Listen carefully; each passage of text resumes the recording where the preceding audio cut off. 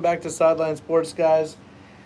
On the second half of the vacation, we are here in Monterey. But what's even better than that is we're talking Niner football today. So hit the like, hit the subscribe. Here's John. He wants to say hi. Anyway, guys, listen, the Warriors are doing well. It looks like after their first preseason game, I can see how this team could come together. But right now, we're talking more Niner football than we are talking Warriors. And why are we talking Niner football? Because they went in with Mac Jones in a very, very limited capacity and won a game against the Rams. It was a big game, great game, went into overtime, and the Niners pulled it out. Again, gritty win, guys. The Niners are just finding ways to win, even though everybody seems to be hurt. And it's just amazing to watch this because if you think that the Niners are stringing wins, together now, wait until they start getting completely healthy and they have George Kittle and Jawan Jennings and Brandon Ayuk and a bunch of the cast members that we need to see back. Mustafa should be back, hopefully even against the Bucs this week. That's a huge upgrade on the defense. This Niner team is looking like a team that if they can get through the first 10 games of the season and get everybody back and healthy, they're looking like a team that could possibly peak at the very perfect time, which would be like week 11, week 12, going into the playoff race and into the playoffs, guys. This team, I know, doesn't excite a lot of people right now because a lot of people are hurt. But if you look at the way they're gritting out the wins right now, when they get these superstars back, healthy, ready to play, you're going to see a Niner team that is fully locked and loaded and ready to really make a deep playoff run. I believe that 100%. Just keep watching them this year and you'll see. You may not feel that way now, but just look at the way things are lined up and ready to play out. Brock Purdy should be back and healthy in a couple weeks, I hope. I would keep playing Mac Jones until Purdy is ready to go 100%, and then I'd bring him back. I wouldn't try to bring him back early. Clearly, they tried to do that this last week, and it didn't work out very well. But overall, got the win against the Rams, and guess what? That means we're still undefeated inside our own division, which is huge when it comes down to the playoff race.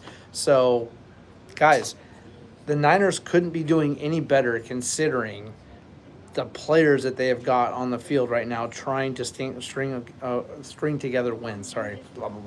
String together wins. Okay? So, what can I say? This team is looking freaking good right now, all things considered.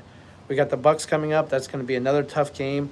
But, guys, if they can get that win and if they keep rolling for a few more weeks and just try and just crawl towards getting 100% healthy and still stringing together wins every once in a while.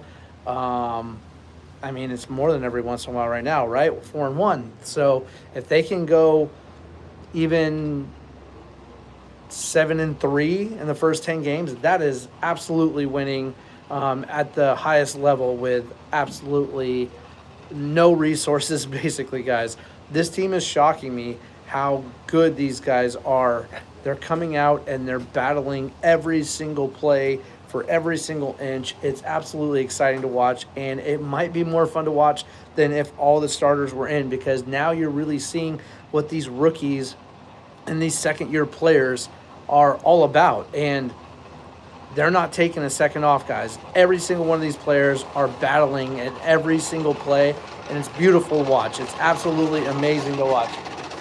We got people walking behind us a little bit right now, so it's a little bit loud. But listen, guys, the bottom line is that, in my opinion right now, we are seeing a Niner team that could potentially play this season out perfectly, if things go the right way. We got George Kittle probably a couple weeks away still, I think. Maybe 3, maybe 2 weeks away. I know that he's coming along nicely, so maybe 2 weeks away. We don't think Brandon Ayuk's going to be back until like week 7, 8, 9 maybe, in that range. So there's that. Jawan Jennings, I think, should be back soon, if not against the Bucs the very next game. I wouldn't be surprised if he played against the Bucs. Pearsall should be back soon too. So, guys, This Niner team,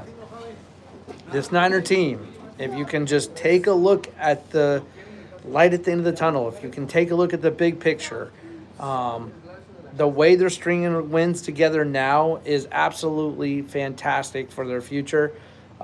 Those guys are going to be battle tested. Those first and second year players, Shanahan's going to have a great idea as to who's going to be able to make those impacts in the playoffs because they're getting the experience now. And then when the superstars come back and just add on to that, it's going to be awesome. It's going to be awesome to watch when you see Ayuk on the field with Pearsall, with Jennings, and then you got CMC just out there carrying the load for this team also, guys. CMC is just a beast, and I think he's just going to keep going, and you got him in your back pocket, and then you have Kittle out there. It's going to be an embarrassment of riches, pretty much, guys. That's what it will be. That's what it will be when we get to the end of this season come playoff time. This team is going to be so fresh and so ready to play. These guys, especially the superstars who have been on the team for a while, that honestly, maybe you don't want to see them getting hits for 17 weeks in a row before the playoffs. Well, they won't be. Now they're going to be playing maybe 7 or 8 games in fresh legs, fresh bodies, no injuries going into the playoffs, and that is a scary Niner team for anybody. And hey, the Super Bowl is here, guys, in San Francisco, and I think the Niners are going to do everything they can before trade deadline to make sure that they get there, if it at all possible. The offensive line is a source of concern, I think, for everybody. It definitely is for me. I would love to see them go out there and make a trade before the trade deadline for an offensive lineman that can make a big impact, okay? I don't know if they're going to do that, but I think that's definitely an area they need to look at and fix. Brock Purdy is not getting a lot of time to throw the ball. Mac Jones isn't either. They're both getting hit way too much, and I think the Niners are starting to finally realize that. There is no replacement for Nick Bosa on the defensive side, but they seem to be doing pretty well on the defense without him. Who knows how long that'll last? If they're gonna go find somebody to replace Bosa, it wouldn't be the worst idea in the world either.